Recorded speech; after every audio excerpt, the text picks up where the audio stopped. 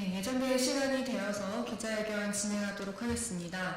진보당 대변인 홍희진입니다. 오늘 2시에는 청년진보당에서 지금 필요한 건 여성 징병이 아니라 성평등 모병제다라는 제목으로 기자회견 진행하도록 하겠습니다.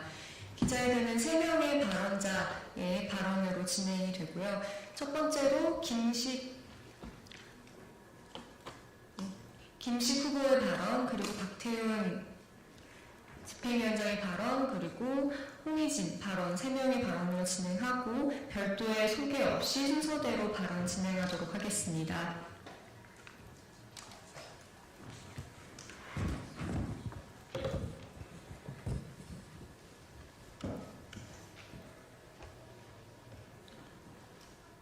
저는 작년부터 노동제 도입을 위한 청년운동본부 활동을 하고 있는 한국청년연대 대표자 진보당 수원을 국회의원 후보 김식입니다.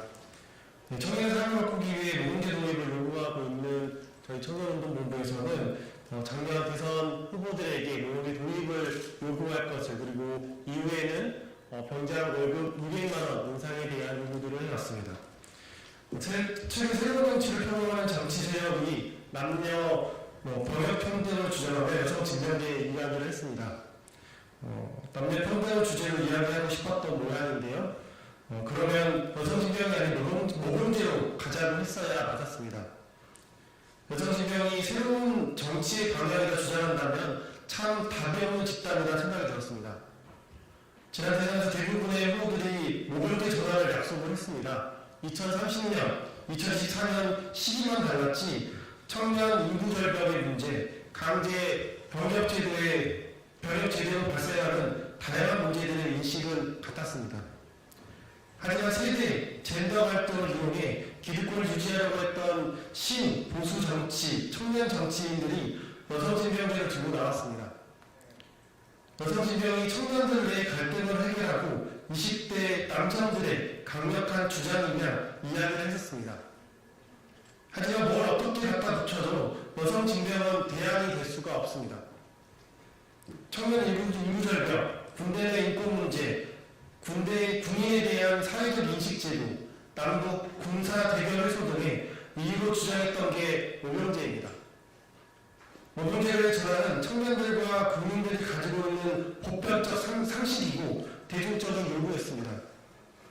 모병제를 전환 없이 여성 징병을 이야기하는 것은 청년 갈등을 이용해 표를 받기 위한 수작으로밖에 안 보입니다. 대선이 지난지도 한참 됐습니다.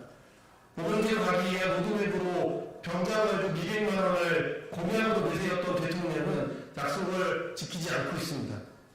모병제로 가기 싫다고 하면 되지 너무 티를 내면서 억지로 하고 있는 것 같습니다. 그러면서 은근슬쩍 여성징병을 꺼내고 있습니다.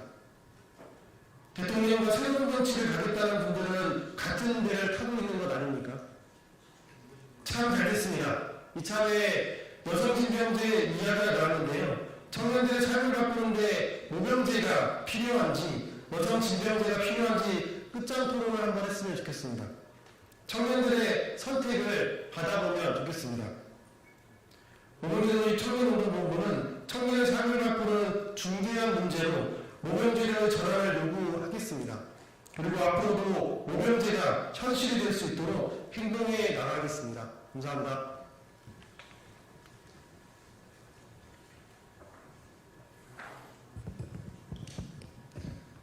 네, 청년진보당 집행위원장 박태훈입니다. 저는 윤일병 사망 사건이 있었던 연천의 28사단에서 근무했었습니다.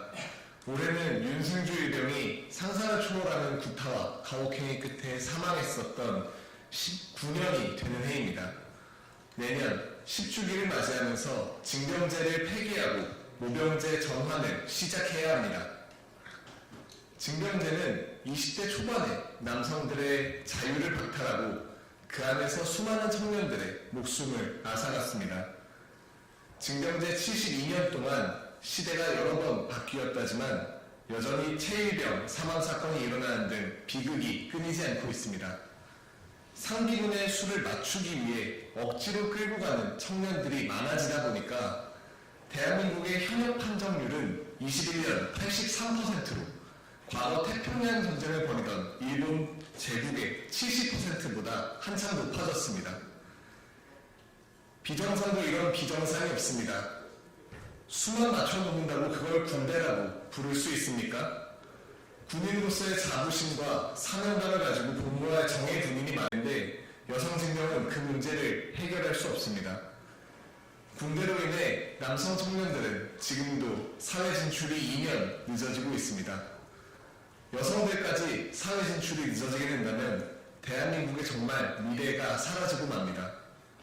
진짜 저출생이 문제라고 생각한다면 모병제 도입으로 대다수 남성 청년들의 사회 진출을 앞당기자는 이야기를 해야 되지 여성 징병을 이야기할 수는 없습니다. 마치겠습니다.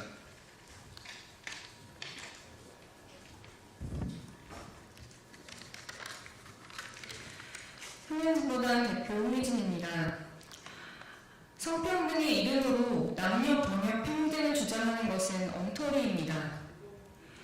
여성이 군대 가면 성평등이다 라는 식의 주장은 한국 사회의 병역제도 문제와 성차별 문제 그 어느 것에도 도움되지 않습니다.